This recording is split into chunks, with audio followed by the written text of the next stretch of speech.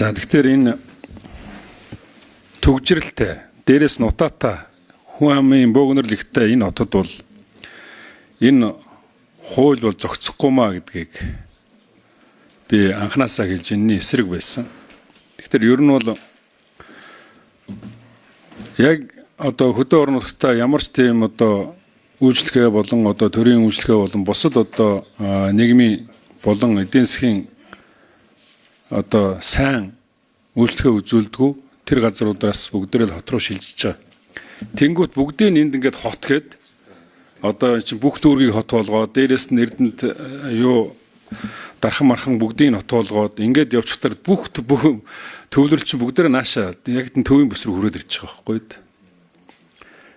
Тэг өнгөрсөн 2024 онд 3.3 их найд төгрөгийн одоо нийт зардалтай байсан хот өнөөдөр жишээ нь энэ хуулийг аваад за нэг 6 их найдаар зардалтай байгаах одоо 6.6 их найд бол баталгаатай 600 тэрбумаар хэтрүүлнэ. Ингээд нэг дахин зардал чи ихсэж байгаа. Энэ ихсэх тоогоор гэтэл жишээ нь одоо орон нутгийн аймагуд 21 аймагт чинь үсрээл нэг 2 их найдын одоо хөрөнгө оруулалт байж байгаа. Зардал байж байгаа. Тэгээ ингэн хэрээрээ нөгөө юулуу Улаанбаатар хот руу хөрөнгө оруулалт нэгтээ тэрний үйлчлэгээ сайжруулах тусам хөдөө орон нутгад хөгжихгүй байх тусам энэ хуулийн чиг хэрэгжилт асар муу болж явах байхгүй. Өөрөөр та нарын тэр утаа төгжрөл чинь бүгдээрээ одоо хэврээл байх болно. Тэгэхээр ер нь бол яаж одоо энэ төвлөрлийг сааруулдсан бэ гэхээр бүсэд таталцлын хотуудыг байгуулах замаар шийддэг байхгүй. Жишээ нь одоо Баруун аймагт Ховд аймаг, нааш эргээд Хар хорин, за Эрдэнэт дархан уламжлалаараа тэгээд Далан задгаад тэгээд Чой болсон энэ хотуудыг илүү хөгжүүлж тэнд одоо илүү сайн хөрөнгө оруулалтыг хийж тэнд бүгд одоо ард иргэд хот орохгүйгээр төрийн үйлчлэгээ болон бусад одоо нийгмийн бусад үйлчлэгийг авсны үр дүн тэнд сайхан амьдрах, тэндээ асуудлаа шийдэх тэр боломжийг гаргаж ижил энэ төвлөрөл чинь байхгүй болох байхгүй. Дээрээс нь манай хүн ам цөөтөд маш том өргөн нутагтаа энэ бүс нутаг тийм ээ тэгж ярих юм бол аймаг дотор таталцлын сумуудтай байх хэрэгтэй байхгүй.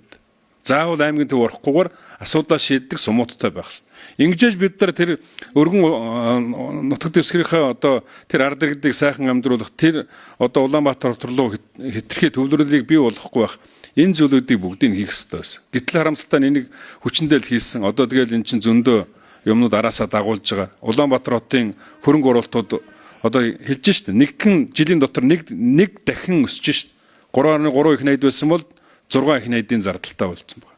Хөрөнгө оруулалт мөрөд бүгд ороод.